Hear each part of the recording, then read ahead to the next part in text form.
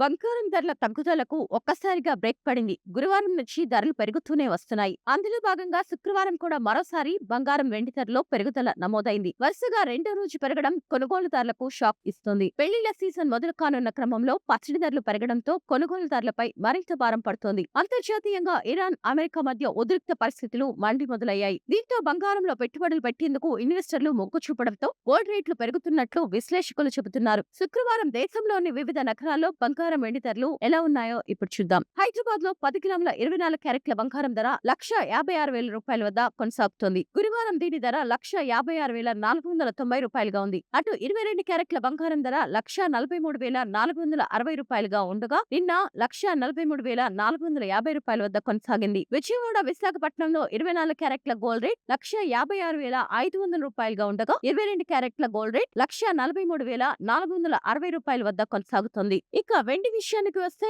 ఢిల్లీలో KG silver ధర శుక్రవారం ₹2,70,100 కొనసాగుతోంది. గురువారం ₹2,70,000 వద్ద కొనసాగుతోంది.